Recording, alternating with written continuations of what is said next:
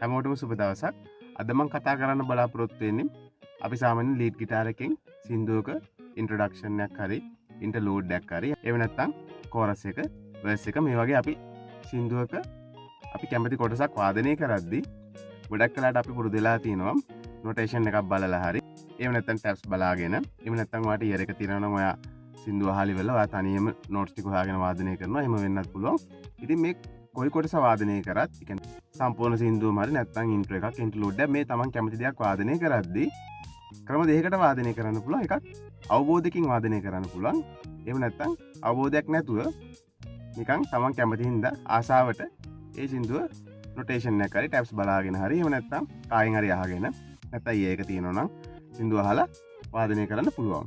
එතකොට මොකද්ද මේ අවබෝධයකින් වාදනය කරනවා කියන්නේ? අපි බලනවා අපි වාදනය කරන පුංචි කොටසක් වුණත් ඇති මේක හැදිලා තියෙන්නේ කොහොමද? මේකට පාවිච්චි කරලා තියෙන කෝඩ්ස් මොනවද? මේ මෙලඩිය කොහොමද ලස්සනට අපිට ඇහෙන්නේ? මොනවද එයා පාවිච්චි කරලා තියෙන දේවල්?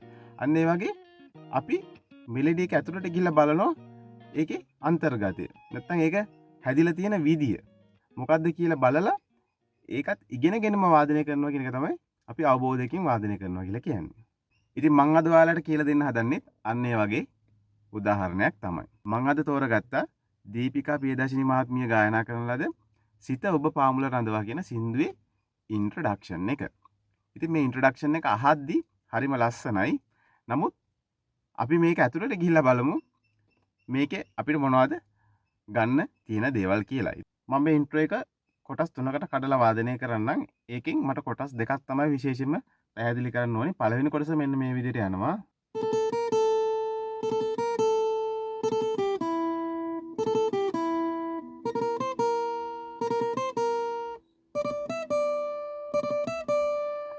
හරි. ඊට පස්සේ මෙන්න මෙහෙම කොටසක් යනවා.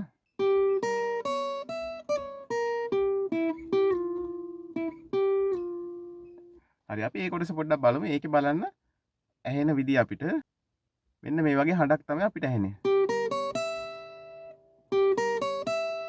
මොකක්ද මෙන්න මේ හඬ නැත්තම් මේ කොටස කොහොමද ඇවිල්ලා තියෙන්නේ කියලා මම පැහැදිලි කරන්න. මෙතන අපිට ඇත්තටම ඇහෙන්නේ G diminish 7 කෝඩ් එක ශබ්දය තමයි අපිට මේ ඇහෙන්නේ. මේ බලන්න G diminish 7 කෝඩ් එක හඬ.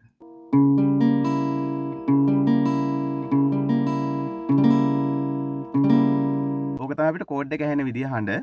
එතකොට ඒ කෝඩ් එකේ නෝට්ස් හතරම තමයි මෙතන පාවිච්චි කරලා තියෙන්නේ මේ කොටස වාදනය කරන්න.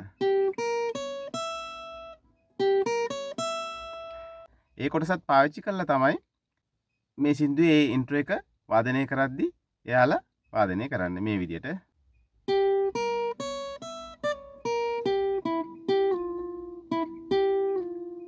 right ඊළඟට බලමු අන්තිම කොටසේ ආයි මෙතන වදිනවා මෙන්න මේ විදියට.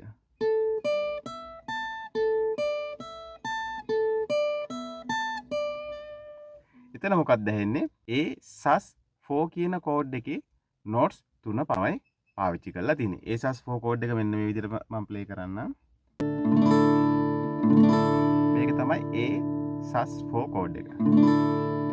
සහ ඒකේ හඬ මේක. එතකොට මේ කෝඩ් එකේම නෝට් තමයි මෙතන වදින්නේ මේ විදිහට.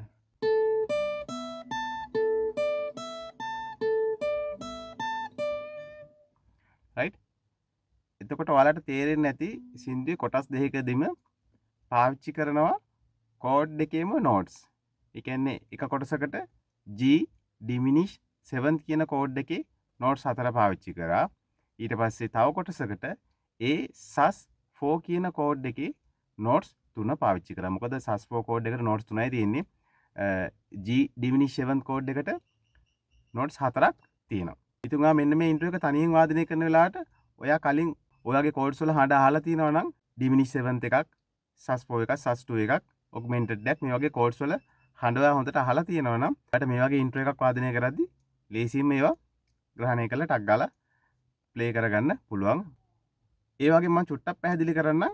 දැන් කෝඩ් එකක් තනියම ප්ලේ කරන්නේ නැතුව ඒ කියන්නේ මෙන්න මේ විදියට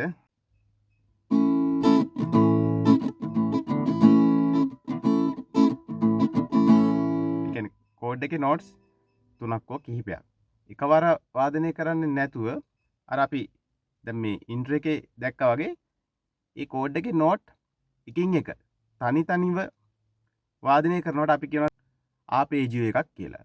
කෝඩ් එකක නෝට්ස් තනි තනිව ආරෝහණ විදියට වෙන්නත් පුළුවන් අවරෝහණ විදියටත් වෙන්න පුළුවන්.